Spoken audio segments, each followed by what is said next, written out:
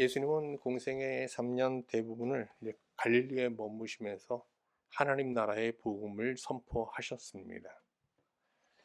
예수님을 믿고 따르던 제자와 신자 공동체는 예수님께서 속히 예루살렘에 올라가 그가 임했다고 또 임하기를 바라시는 그 하나님 나라를 이루시기를 원했죠. 그리고 그 나라의 왕이 되어 주시기를 간절히 소망하고 있었습니다. 때가 되자 비로소 예수님께서 예루살렘을 향하시게 됩니다. 이때 제자와 신자들이 얼마나 기뻤을까요? 우리 지금 요새 선거일이 이제 대선이 투표일이 이틀밖에 남지 않았는데 우리가 예수님 같은 대통령을 정말 뽑고 싶잖아요. 예수님이 만약에 대통령이 되면 어떻게 될까요? 그런 나라를 우리 원하잖아요. 근데 여러분 오늘 비유에도 나오듯이 예수님이 왕됨을 다수의 사람들이 다 원치 않았어요, 당시에. 소수의 사람들만 원했습니다. 만약에 예수님이 대통령 후보로 나오시면 10%밖에 어렵습니다.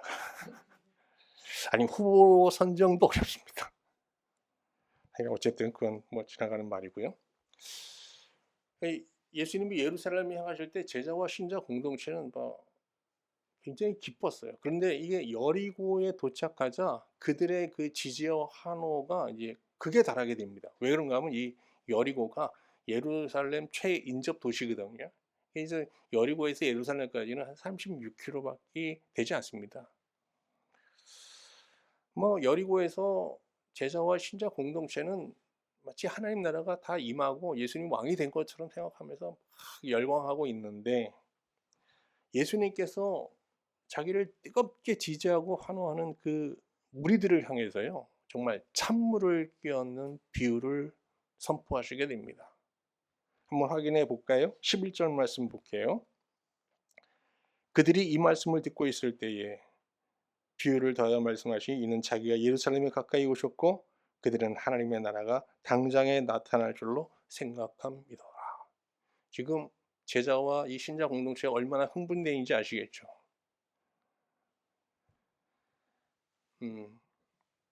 근데 예수님께서 오늘 우리가 묵상할 이 열무나 비유를 선포하셨는데 이 열무나 비유를 들으면서 분위기가 싸해졌습니다. 음, 예루살렘에 올라가 예수님을 왕으로 추대코자 했던 제자들과 신자들은 이 열무나 비유를 듣는 내내 굉장히 불편했고요. 또 여러 부분에서 실망했어요. 그리고 이 파루시아라는, 그러니까 주님이 다시 재림하는 날에 대한 깨달음을 얻게 됩니다. 그래서 그들이 이제 그들의 신앙이 파루시아 종말적 신앙으로 개편되는 그런 변화를 경험하게 되죠. 그러면 지금부터 예수님께서 자신을 열렬히 지지하는 회중들을 향해서 선포하신 열무나 비유 내용을 이제 살펴보도록 하겠습니다. 열무나 비유 우리가 읽었듯이 아주 간단한 내용입니다. 한번 요약해 보겠습니다. 어떤 귀인이 왕위를 받고자 먼 나라로 떠납니다. 아마 그 나라에 가서 이제 왕권을 획득해야 되나 봅니다. 떠나기 전에 10명을 부릅니다. 그래서 10명이 나중에 왕이 되었을 때 중요한 요직을 맡을 사람들인가 보죠. 그 사람들한테 이제 테스트인 것 같아요.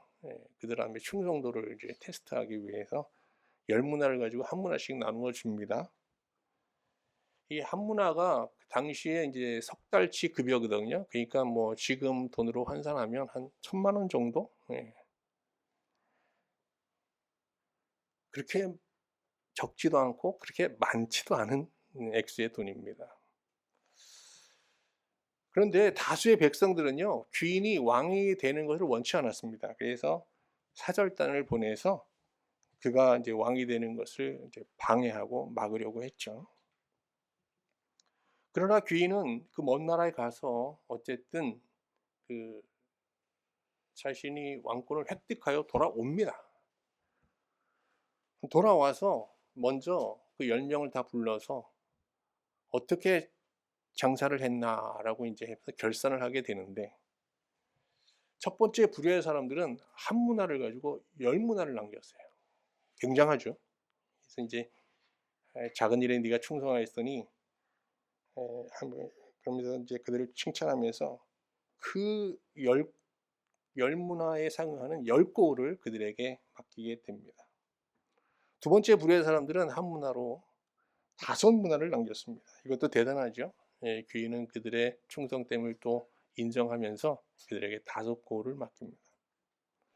그런데 세 번째 부류의 종들은 한 문화 그대로 갖고 있었습니다.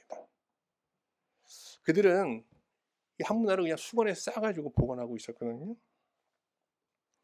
그래서 그 이유를 물으니까 당신이 엄한 분인 것을 우리가 알기 때문에 혹시라도 이 장사를 하다가 이 한 문화를 잃을까 봐 그대로 보존했다. 그러면서 귀인은 심지 않은 것도 거두시고 두지 않은 것을 취하시는 전능한 분 아니냐라고 하면서 아부합니다. 그러자 이 귀인은 그들을 악한 종이라고 하면서요, 너희가 정말 나를 엄한 사람으로 여겼으면 이 돈을 은행에 맡겨서 이자라도 남겼어야 되는데 어찌하여 이 한 문화를 그대로 갖고 있느냐.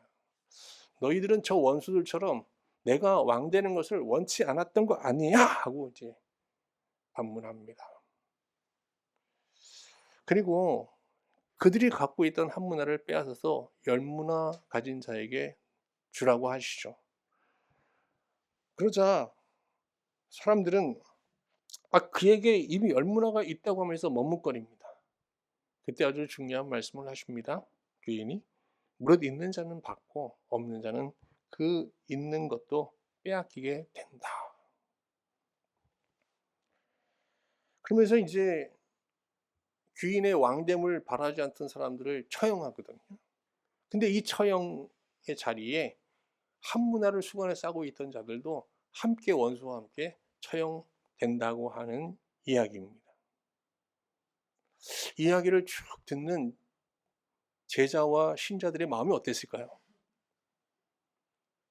일단 이 비유를 듣는 내내 굉장히 불편했습니다. 왜 불편했나 하면 이게 굉장히 30년 전에 있었던 아주 좋지 않은, 아주 유대 사회에 일어난 비극적인 사건이 연상됐기 때문이에요.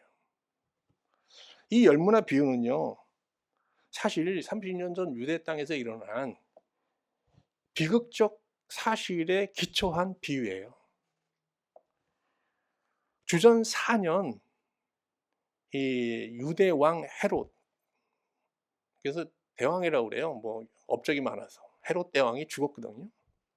그러자 그의 아들 아켈라오가 이제 왕이 되기 위해서 로마의 지배 아래에 있었기 때문에 로마 황제를 찾아 먼 길을 떠나죠. 그러니까 팔레스타인 땅에서 로마까지 멀잖아요, 정말. 먼 길을 떠나는 거예요. 지금 비행기 타고 가면 하루면 가지만. 그런데 당시 다수의 유대인들은 아켈라오가 왕이 되는 걸 원치 않았어요. 그래서 사절단을 꾸려서 아켈라오보다 먼저 로마에 도착시켰습니다. 그래서 아켈라오를 유대 왕으로 임명치 말아달라는 탄원서를 올리게 되거든요. 그러니까 아켈라오가 딱 가보니까 어떻게 했어요? 이게 분위기가 이상한 거예요. 일단 로마 황제가 아우구스투스인데 아우구스투스가 안 만나주는 거예요. 그래가지고 우여곡절 끝에 하여간 왕권을 얻긴 얻습니다. 그런데 아켈라오가 유대 땅을 반으로 나눠서 그에게 반만 주고 나머지 반은 그 형제들에게 나누어 줬어요. 그래서 어떻게 됐어요? 분봉왕이 되는 겁니다. 분봉왕이라는 게 다 쪼개진 거예요. 왕권을 갖고 돌아오지만 얼마나 열이 받았겠어요. 돌아와가지고요, 사절단을 꾸린 사람들을 색출해냅니다. 그래서 3,000명을 색출해내서 이들을 다 처형했습니다. 정말 참사가 일어난 거예요. 근데 예수님께서 이 비유를 하시는데 이 비유에 나오는 귀인이 누구예요? 예수님이잖아요. 근데 예수님을 지금 누구랑 동일시하는 거예요? 아니, 유대인들이 증오하고 혐오스러워하는 정말 악인 중에 악인이거든요. 근데 이 헤롯 아켈라오와 예수님이 자기를 동일시하는 거예요. 그러니까 얼마나 이게 듣는데 '아니 왜 저러시지? 아니 지금 무슨 얘기를 하시는 거지?' 막 혼란스러웠던 거죠. 그러면서 이 문화 비유를 하기가 어쨌든 들으면서 두 가지 부분에서 아주 크게 실망합니다. 먼저는 이 비유에 뭐가 나와요? 귀인이 어떻게 돼요? 왕이 바로 되지 않잖아요. 먼 나라에 가서 어떻게 해요? 시간이 길잖아요. 그래서 그때까지 내가 왕이 되는 건 되는 건데 지금이 아니야. 다시 돌아올 때까지 왕이 돼서 돌아올 때까지 너희들은 기다려야 돼 그러는 거잖아요. 지금 당장 그들은 왕이 되기를 원했던데 아니라는 거예요. 기다려야 된다는 거예요. 제가 화물일을 하면서 제일 많이 듣는 말이 뭔 줄 아세요? 어디 가면 저 어디 가는 거 싫어한대요. 기다리세요. 제가 하루에 기다리라는 말을 한 10번 이상은 듣는 것 같아요. 기다리세요. 근데 이들은 정말 예수님이 왕이 되는 걸 기다려야 되는 거예요. 제자들과 신자들의 마음에는요, 이미 하나님 나라가 임해 있습니다. 예수님께서 십자가에 죽으시고 부활하심으로 인해서 이미 사망 권세를 멸하시고 자기를 온전히 믿는 자에게 성령을 보내심으로 그들의 심령에 하나님 나라를 누리게 하시죠. 그러나 그 하나님 나라는 완성된 하나님의 나라가 아니에요. 우리가 다 성령 충만하여 하나님 나라를 마음에 누리면서 정말 하나님 안에서의 평강과 하나님 주신 사랑으로 인하여 위로받고 기쁨의 삶을 산다고 해도 이게 이 세상을 살아가는데 이게 완벽한 승리를 보장해 주지 못하는 거거든요. 이 우리 안에 신자의 마음속에 임한 하나님의 나라는 주님이 재림할 때 마지막 날 완성되는 겁니다.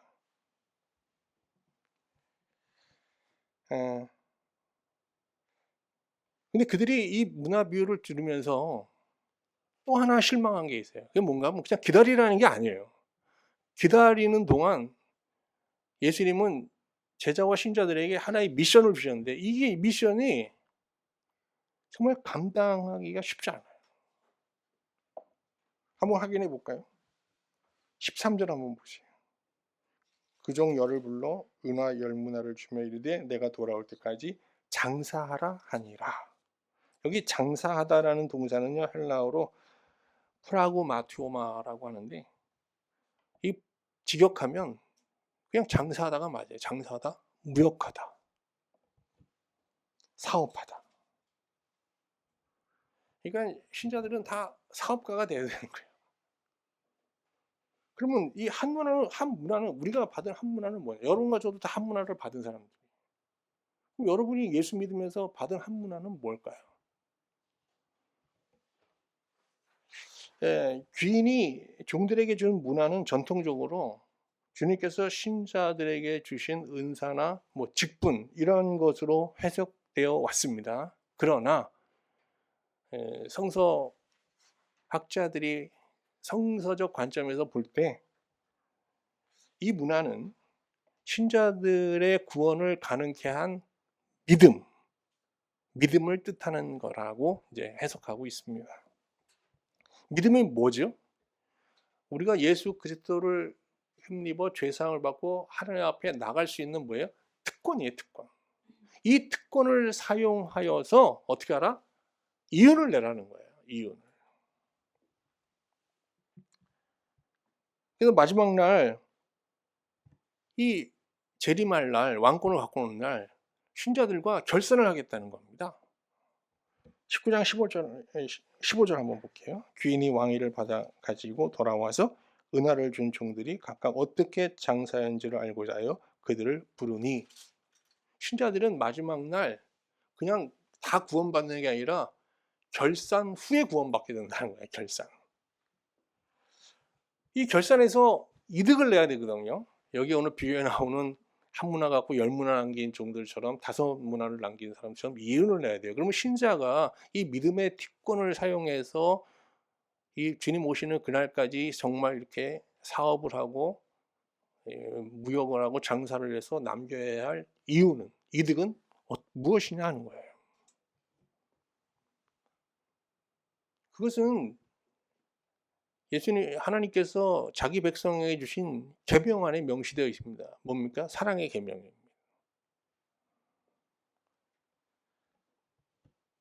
그러니까 율법 준수, 즉 사랑의 실천인 거죠. 신자가 마지막 날 심판주로 오신 예수님 앞에서 결산해야 될 이득은 율법의 실천, 즉 사랑의 실천인데요. 예, 부자 관리가 예수님 앞에 나와서 내가 무엇을 하여 영생을 얻을 수 있겠습니까? 그럴 때 율법을 다 지켜 행하라 그랬더니 내가 어렸을 때부터 이 율법을 다 지켜 행했다고 그러잖아요. 그랬더니 예수님께서 뭐라고 그랬어요? 그럼 너 가진 재산을 가난한 자에게 나눠주고 나를 따르라 그랬어요. 이게 이제 우리가 남겨야 될 이득인 거예요. 삭개오는 예수님을 믿고 구원받은 후 사랑의 율법에 순종하여 소유의 절반을 가난한 자에게 나누어 주었죠. 이런 이득을 내야 된다는 거예요. 그런데 이 삭개오가 낸 이 이득이라는 게 삭개오가 한 게 아니거든요. 삭개오는 그런 사람이 아니었어요. 어떻게 예수님을 만나고 나서 예수님이 그 안에 들어오셔서 그 집에 오셔서 그 집의 주가 되셨을 때 이건 예수님이 하신 거예요. 그러니까 무슨 말입니까? 우리가 이 세상에 살면서 믿음을 통해서 우리가 창출해 내야 될 이득은 하나님으로 인해 율법을 준수하는 순종. 내가 아니죠. 이 순종의 이득을 마지막 날 내놓을 수 있어야 되는 거예요. 근데 신자가 믿음을 통해 남기는 이 이득은 그 능력에 따라 차이가 날 수 있는 거예요. 어떤 사람은 여러분 우리가 삭개오처럼은 다 못 내요. 저도 안 돼요. 다 안 되잖아요. 근데 중요한 게 있어요. 그 얼마를 내냐에 주인이 별로 관심이 없어요. 그 마음을 보신다는 거예요. 주님은 영적 결산의 자리에서 5문화밖에 남기지 못한 종들을 책망하지 않았어요. 주님이 신자들에게 행하시는 영적 결산은 결과에 맞춰진 결산이 아니라 태도에 맞춰진 결산이라는 겁니다. 그러니까 우리가 뭐 대단한 순종의 열매를 맺으며 살지 못하더라도 우리의 삶의 태도와 마음만은 사람들을, 우리 이웃들을 존중하고 정말 하나님의 사람으로 인격적으로 대하면서 귀하게 여기는 마음을 갖고 살아도 우리가 이제 그 마음만 갖고 살아도 이제 하나님 앞에 구원을 받을 수 있는 거죠. 한 영국 기자가 테레사 수녀에게 이 칼커타 거리에서 죽어가는 모든 사람의 요구를 결코 충족시킬 수 없다는 것을 알면서도 어떻게 이렇게 버틸 수 있냐라는 질문을 하게 됩니다. 그때 이 테레사 수녀가 멋지게 대답했잖아요. 제가 주님으로부터 받은 부르심, 소명은 성공이 아니라 충성에 관한 것입니다. 하나님께서 우리에게 원하시는 건 그냥 태도라는 거예요. 태도, 자세. 신자들은 그 능력에 따라 어떤 이는 10문화를 남기기도 하고요. 또 어떤 사람들은 5문화밖에 남기지 못합니다.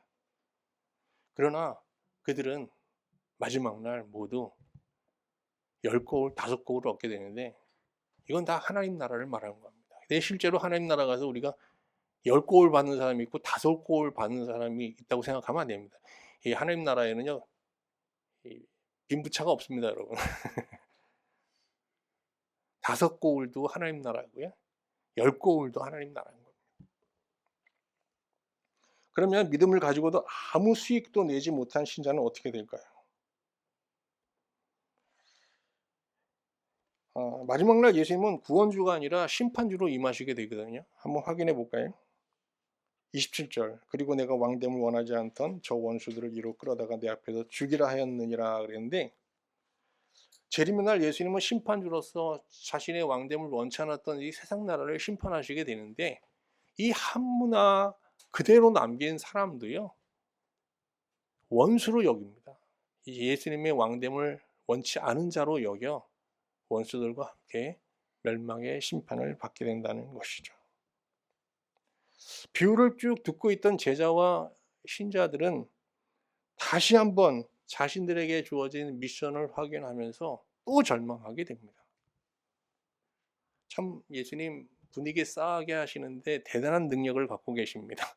이 막 열광하고 막 환호하던 무리들은 잠잠케 되었고 숙연해지고, 어떤 면에서 어떤 사람들은 굉장히 마음이 어둡고 무거워졌죠. 예수님은 열무나 비유에서 복음을 믿는 신자라고 해서 마지막 날 모두 구원받는 것이 아님을 분명히 경고하고 계십니다. 그야말로 열무나 비유는 구원의 이 시대에도 구원의 확신을 갖고 사는 사람들의 마음에 정말 찬물을 끼얹는, 오늘 설교 제목대로요, 찬물을 끼얹는 정말 무서운 어떤 경고의 설교입니다.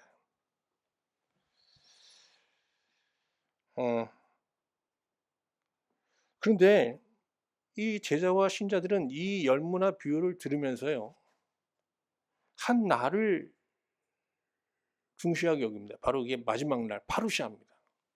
그리고 그날을 중심으로 자기의 인생, 자기의 신앙을 개편해야 된다는 것을 깨닫게 되거든요.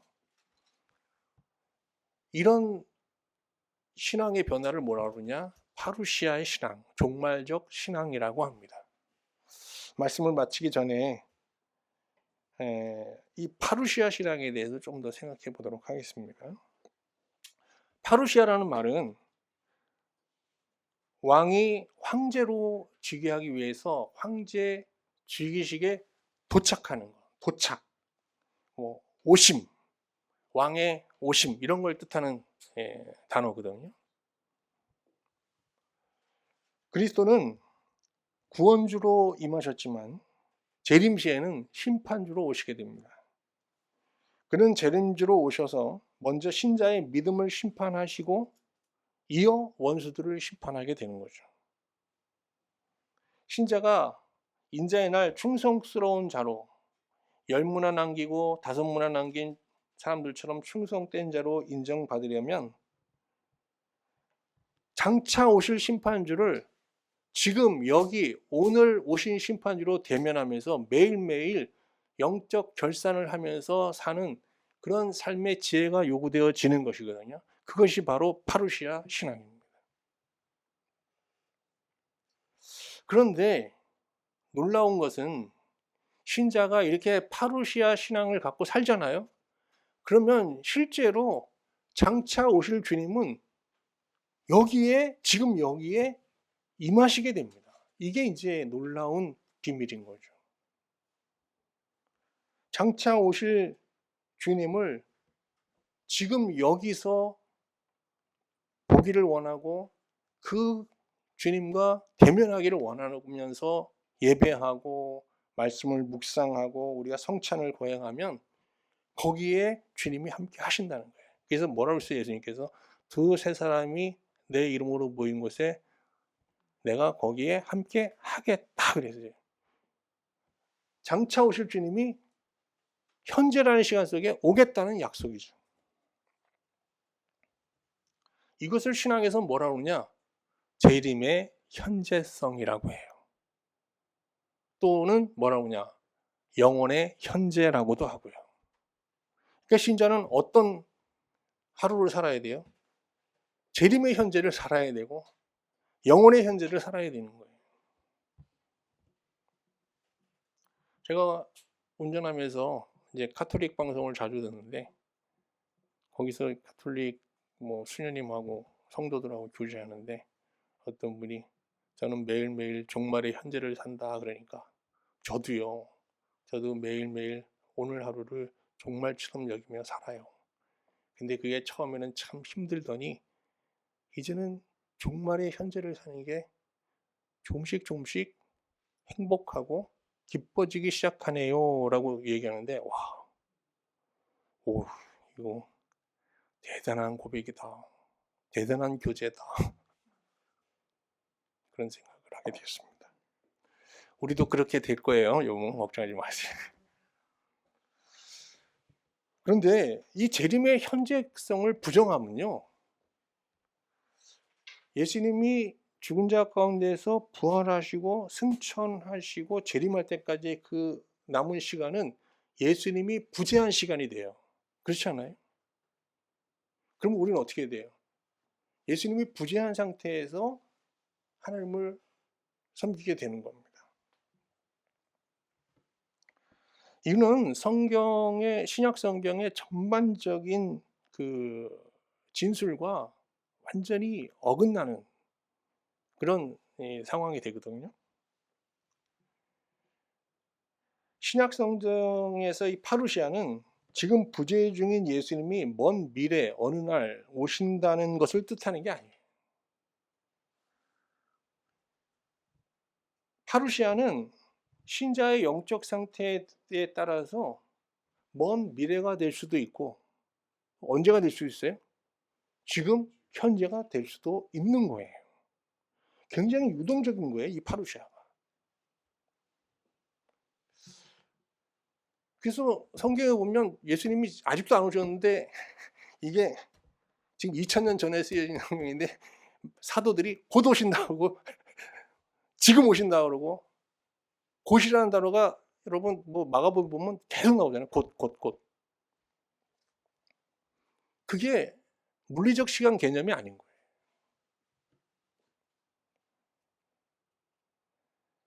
그러므로 교회 공동체는 장차 오실 주님이 오늘이라는 시간 속에 지금 여기에 임하기를 사모하며 하나님을 섬겨야 하는 거예요. 그리고 지금 여기에 그 심판주이신 주님이 계시다라는 걸 인정하면서 우리가 이제 교제해야 되는 거거든요. 실제로 영적으로 깨어있는 교회는요, 장차 심판주로 오실 주님을 오늘이라는 시간 속에 지금 여기라는 자리에 이미 오신 분으로 전제하고 교제하고 서로 고백하며 기도하는 공동체를 이루어갑니다. 이런 공동체에 속한 신자는 문화 비유에 나오는 역적 이 결산을 미래가 아닌 현재 속에서 오늘이라는 시간 속에서 매일매일 경험하게 되는 거죠. 오늘 우리가 이제 이 설교가 끝나면 찬송 311장을 찬양하려고 하는데 이 찬양이 우리가 매일매일 하나님과 나눠야 될 영적 결산을 잘 설명하고 있는 그런 가사가 그런 내용으로 되어 있어요. 한번 제가 읽어볼까요? 내 너를 위하여 몸 버려 피 흘려 내 죄를 속하여 살 길을 주었다. 널 위해 몸을 주건만 너 무엇 주느냐? 널 위해 몸을 주건만 너 무엇 주느냐? 결산에 대한 얘기잖아요.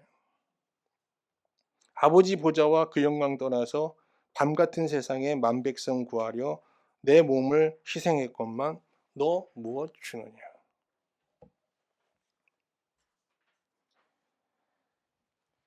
그런데 이런 예수님의 이 질문에 응답하면서 매일매일 영적 결산을 하면서 게으름을 회개하고 또 하나님 앞에 더 충성된 삶을 살기를 기도하며 살아가는 그런 신자를 예수님은요, 그냥 일반 신자와 구별하여 소명자, 사명자로 여기십니다. 그리고 그 소명자와 사명자들에게는요, 아주 특별한 약속을 해주셨어요. 한번 확인해 보겠습니다. 마태복음 28장 20절, 여러분 잘 아시는 구절입니다. 내가 너희에게 분부한 모든 것을 가르쳐 지키게 하라. 이게 소명과 사명대로 사는 소명자, 사명자를 말하는 거예요.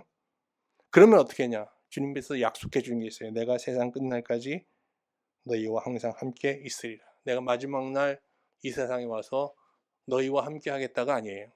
언제요? 세상 끝날까지 지금, 오늘, 항상 너희와 함께 하겠다.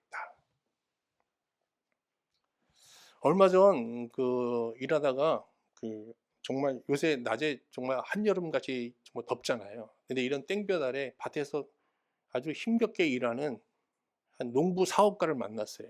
근데 이 사람이 그 열악한 환경에서 일하면서도 얼굴이 너무 밝은 거예요. 그래서 저도 모르게 아니 이렇게 열악한 환경 속에 일하시면서도 어떻게 이렇게 얼굴이 밝으세요? 그랬더니 아니 이게 다 추수를 때를 생각해 보세요. 아 이거 수고할 만하고 가치 있는 거죠. 그러면서 기쁘게 일하시더라고요. 근데 제가 오늘 문화 설교를 인제 해야 되는데 그때 딱 문화 설교가 떠올랐어요. 원수가 지배하는 이 세상에서 예수의 왕되심을 소망하면서 예수님이 우리에게 주신 사랑의 미션을 수행하며 사는 신자들, 그들이 사는 이 세상은 정말 한여름 땡볕 아래 밭을 가는 농부와 다를 바 없이 이 세상에서 사는 삶이 매일매일이 고난이고 매일매일이 정말 힘겨운 삶이잖아요. 그런데 우리는 이런 다양한 시험이 실제하는 이런 고난의 상황 속에서도 웃음을 잃지 않고 기쁨으로 살 수 있어야 한다는 거예요. 왜? 다시 오실 주님이 지금 여기에 우리와 함께 하시고 또 우리에게는 예수님이 정말 왕 되신 그 하나님 나라에 대한 완전한 소망이 우리 안에 있기 때문입니다. 아니 추수할 때를 생각하면서도 그 농부가 그 땡볕에서 기쁨으로 일하는데 이렇게 하나님 나라의 소망을 가지고 다시 오실 주님이 우리 안에 함께 하시는 이 은혜를 입으면서 우리가 이 세상을 살아가는 제자들, 소명자들은 정말 기뻐하며 살아야 되지 않겠습니까? 아무쪼록 여러분과 저도 이 한 주 신자에게 주어진 이 만만치 않은 이 미션을 정말 하나님 나라에 대한 소망과 함께 하시는 예수님을 힘입어서 정말 기쁘고 즐겁게 웃음을 잃지 않고 살아가는 이 한 주가 될 수 있기를 주님의 이름으로 축원합니다.